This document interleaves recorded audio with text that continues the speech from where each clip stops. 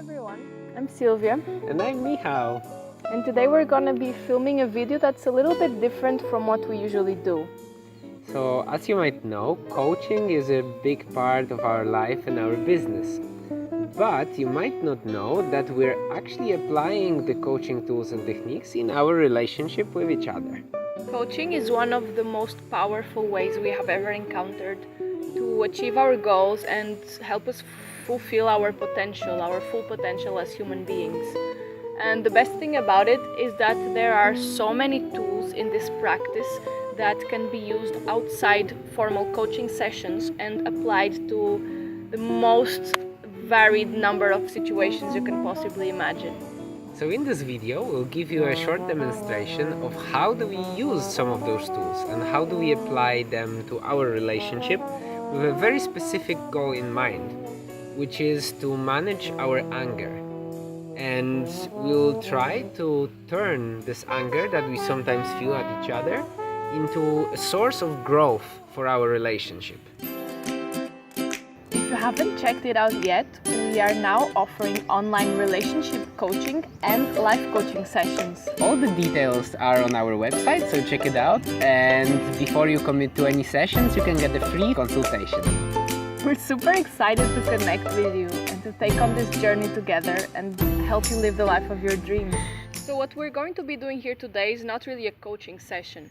We are just grabbing some of the elements that we usually use during coaching and apply it to our relationship and to whatever interaction will surface between us today. We will just be using, those different components in coaching, such as powerful questions, reality checks, goal setting, and just exploring alternative solutions. And because right now we're not really going through particularly challenging emotions as we film, we are just going to focus on some of our previous experiences where we felt anger at each other, and we'll just build up from there. As we are doing this as a couple and processing our emotions together, we will not really define the typical roles of coach and person being coached. So we will just exchange roles as it unfolds, and we will just remain open to whatever is happening and adapt from there. So let's begin. Hello. How are you? A little bit irritable. Irritable. How about you? I'm in a very playful and confident mood. Yeah. So how do you want to go about this? Well, I could ask you, when was the last time when you felt anger at me?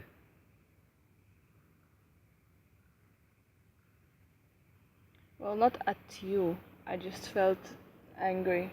I'm still actually feeling a little bit remains of it, but just before we started recording this video, because I think it was very much connected to the fact that I was feeling time pressure.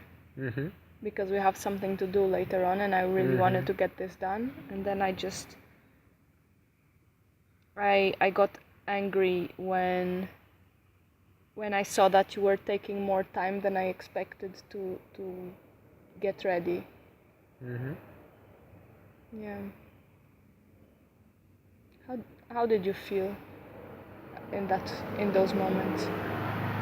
Well, I could feel that you're angry, and I could feel the pressure, and I don't really enjoy this pressure because I felt like I want to take my time. So I was kind of locked between those two, feeling the pressure from you, but also not wanting to do what you pressure me to do. I just wanted to have time to finish my food. Not finish my food, but to, rest after I was eating, just to have some time for me. And not just rush into doing another thing. So I felt pressure. But it didn't make me angry. It just yeah, I just felt pressured. How do you feel right now as you say those things? I feel good. I feel introspective. I feel analytical. It's not really a feeling, but I feel like I can analyze how I was or how I am. So you feel like clear-headed. Yeah. Yeah, somehow I feel like not that affected.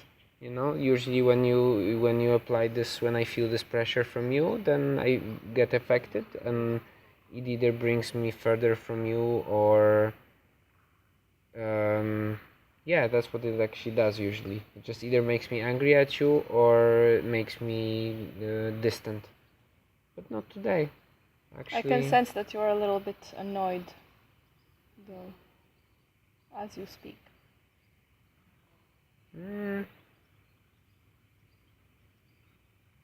I don't think so. Maybe just I sense some distance, maybe. I don't know. I don't really think it's distance. I think it's more me taking more analytical approach, and to do that I'm kind of stepping outside of myself and looking at the situation. So maybe I'm not so in me and so emotionally connecting with you at the moment, but I'm not feeling annoyed or angry. I'm feeling here and clear-headed. I know what we're doing, and I'm enjoying it as well. Yeah, I feel very good today, actually. Not ecstatic, kind of crazy happy that fades up and down, but very constantly growing good with myself. I don't know if that makes sense for you. Yeah, it does. Thank you for sharing. It's a pleasure. So, but the point of this conversation is anger. So, when was the last time that you felt overwhelming anger?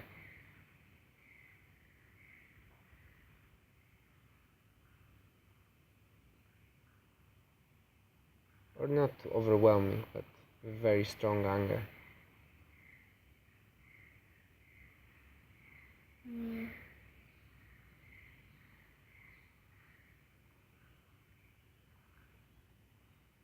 I can't remember. I think for me, when I feel angry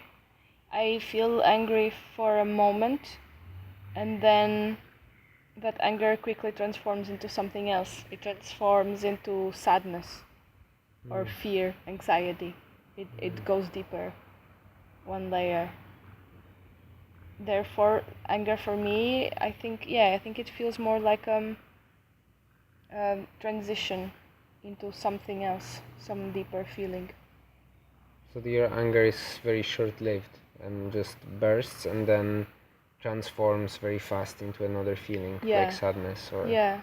what other feelings? Like now, for example, so I was saying that before I was feeling there's mosquito around. So I was saying that this is a good example, actually, something that also happens in this dynamic in our relationship that I feel. Sometimes I see that when we have this moment like we had just before filming this video, when I was angry and I was kind of subconsciously projecting my anger on you and reacting to it. I think I sensed that you got affected by that, and then as we were talking just before, you were saying that you don't feel annoyed or angry, and you just feel good, and yet I could sense that there was something there in you that was not how I recognize you when you are completely happy. And when usually I see a pattern, I get angry and I project it onto you. which I don't like doing. I would like to be able to be more responsive and to be more conscious about that. But when that happens, afterwards I sense this connection between us, and I sense that my anger, as I see you responding in that way and becoming this kind of disconnected, I tend to put myself into this victim place, and just turns into sadness, but in a way that self-victimizing way. I see. So, wow, that's actually quite a realization you have there. To see this pattern that you can tell when you project the anger on me, and then what it causes. Yeah, I can agree with that, because I think when I feel this projection from you, I like withdraw, to my own self, and maybe you feel this distance, but for me I still feel good, in a way. What is good? What do you mean with that? How do you feel? I'm at peace with myself. I'm not at peace with you, but I'm at peace with myself. So how can you put that not being at peace with me? How can you put it in absolute terms? What is that feeling of not being at peace with me? Just disconnection. Disconnection, yeah. Yeah, I think this is what I feel from you when this happens. I think it's a protective mechanism, if it makes sense. If you feel it makes project sense. Anger, I just defend myself. I'm not saying it doesn't make sense. I know. I can feel you. I can sense this disconnection as it happens right now as well, from the way you are speaking to me as well. And I can see this. It seems to me like you are putting up this kind of defense mechanism, this shell that you just mentioned. It seems like it's there, Kind of feels like if I touch you now, you're gonna receive that, I don't know, with some hesitation. How can we respond to this kind of situations? That's a good question.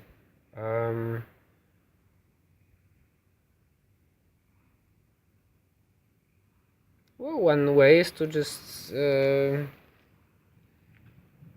allow it to process itself. I don't know. I mean, especially in this context, when you projected it on me, and I withdrawn, I feel that I might be disconnected from you, but I don't really feel angry at you, or I don't feel annoyed, I'm just like, okay, yeah, you be angry, but I'm okay, so I'm just gonna do my own thing. And yeah, it causes more disconnection, because then you go back to this victim mechanism, which is not, which is hard.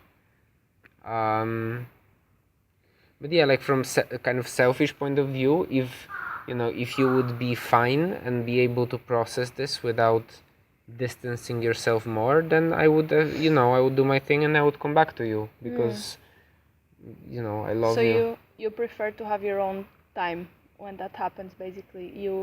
The ideal solution for you would be to be on your own, because you need this kind of clarity. Not necessarily. Okay. I'm not saying that this is the ideal solution, but what would you prefer? But I know this works. I mean, we've had this experience in the past a few times,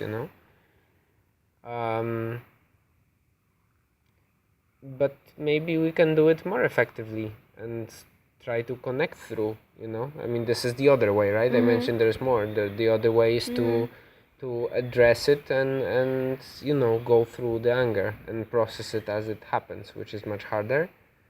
But it's, I know it's more effective in terms of building the closeness between us. So even if it's hard, it's probably the way we should aim at. At least I see it this way. Also, we have the experience that, sorry, I would like to finish. Also, I think, or I know we have experience of that also, addressing challenging situations as they happen, even despite the challenge, and trying to connect through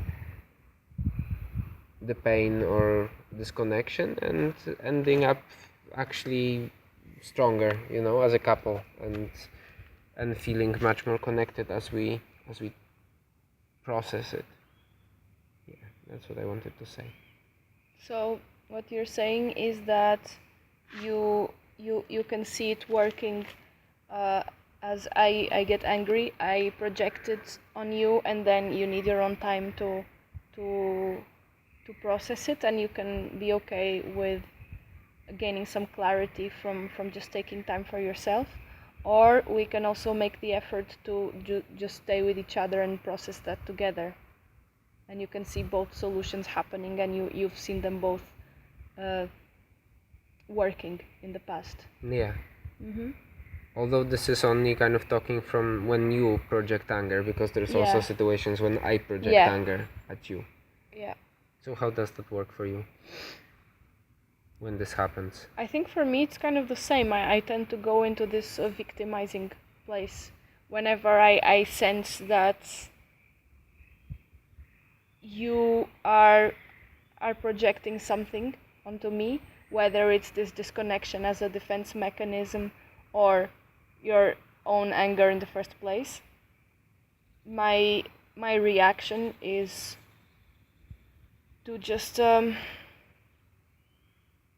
victimize myself. So just be in that place when I think I act in a way in which I want to make you pity me in some sense, so that you see yourself as the villain and me as the victim, so that you feel bad about yourself. I think this is what I do. It's very interesting because it doesn't usually work. It's quite funny, but when you said that, and I kind of tried to come back to some situations when I was projecting anger, and then you make me feel like a villain, or you go back into the place where you want me to feel like a villain. I don't really.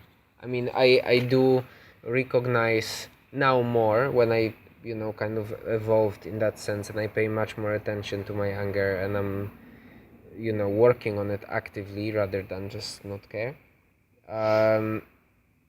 I do feel guilty or bad when I project my anger at you, when I notice that I'm doing it, but I don't really feel like a big villain. Usually when you retrieve to this state, I think there are many times when after that happens I try to connect with you. Just it's my way, I guess, to apologizing and trying to show you that I am still here and I would like to connect, but I'm already in my very own space, so it's like this kind of just saying sorry, But being disconnected but as being well. disconnected. Yeah. But it comes from the heart, it's genuine. It's not like, oh, I'm just saying something that I know I should say, and not meaning it. No, I do, but my subconsciously I'm already in a different space. So, how can we deal with this? I think something. Well, I think the first step is for each of us to learn how to communicate our anger when it surfaces in a responsible way, and to respond to it instead of react. What do you mean? So let's say I feel angry at you. Instead of making it a subliminal message by saying other things and just intonating it, and just being aggressive, even if passive aggressive, I will just communicate that I'm feeling angry, and what triggered it, and what I would like in that situation. How would that help? It would help, first of all, because I would learn to recognize it more. I mean, when I say it's a solution for both of us, We could learn to recognize it as it happens and become conscious of it. And then I think it would help because usually, for me at least, when that happens, even if I recognize it, it's almost a matter of pride, I feel like I'm totally I deserve to be in that feeling, I'm that's my feeling. I own it. I want to be angry. I'm angry, but I kind of want to be angry, like this entitlement. I'm entitled to be angry, and therefore to recognize it and to communicate it takes the effort to bring my pride down. And if I have this as a mechanism that, okay, next time I feel this surfacing, I'm going to pay attention to it, even if I don't say anything. Maybe that's also a way. If I feel like I cannot control it, then I will just not say anything, rather than saying something that will project this onto you. Okay, so just to let me wrap my head around it. So one thing is, whenever you, or one of us, right? Whenever one of us feels anger, you would suggest to communicate clearly that, hey, I feel angry, rather than letting the other person feel the anger, but covering it with other words or actions. Okay. But saying it in a way that you take responsibility for your own feeling. Not saying, I'm angry at you, can't you see? Not like that, but like, I'm feeling angry at the moment. I'm feeling angry, and I would like, and then what could we ask of each other when that happens? Well, one thing is space, if you feel like you just need to be on your own. But sometimes I feel like I don't need to be on my own. Well, then you can also ask for that. And I would like to be with you now. That's also a request you can make, What could be the things that you wish for when you feel angry? That's, I think, a very good question. Because I think it would be useful to come up with them with possibilities beforehand, because in that moment I don't know. Yeah, of course. That's kind of the idea of the cards, right? For the game, that you have some options before, because when the challenging moment happens, it might be very hard to think of those alternatives. So what could be the things I'm that trying you could to think. ask? This is, I think, the most interesting question asked so far. What are the things you wish for when you're angry? Sometimes I think I would like a hug from you, but my pride doesn't let me ask for it. So maybe we can come up with a certain list of things that we might want, and then, for example, you tell me, okay, so when I'm angry, I might want a hug, or I might want space, or I might want you to ask me how I feel, or I might want just to be listened to. And then next time you feel angry, I will ask you, you'll say, I feel angry, and I can ask you, do you want a hug? Those are your options. Do you want a hug, or do you want to be listened to right now? I think this could work. Okay. I can see that working. So maybe we can come up with a list of things that we might want to receive from the other person when we're angry. Well, I think the ones that you already mentioned are very good. Yeah. Because when I think about it, like I can resonate. I feel you when you say this.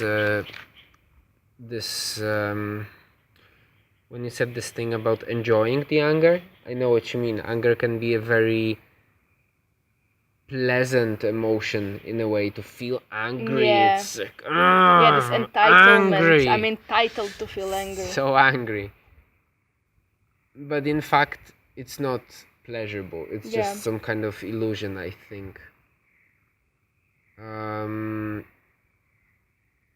So yeah, we can. Yeah, I think what you said, the point of what I wanted to say is that, yeah, when you said those 4 options, so the hug, give me a hug, or give me space, or listen to what I would like to say, or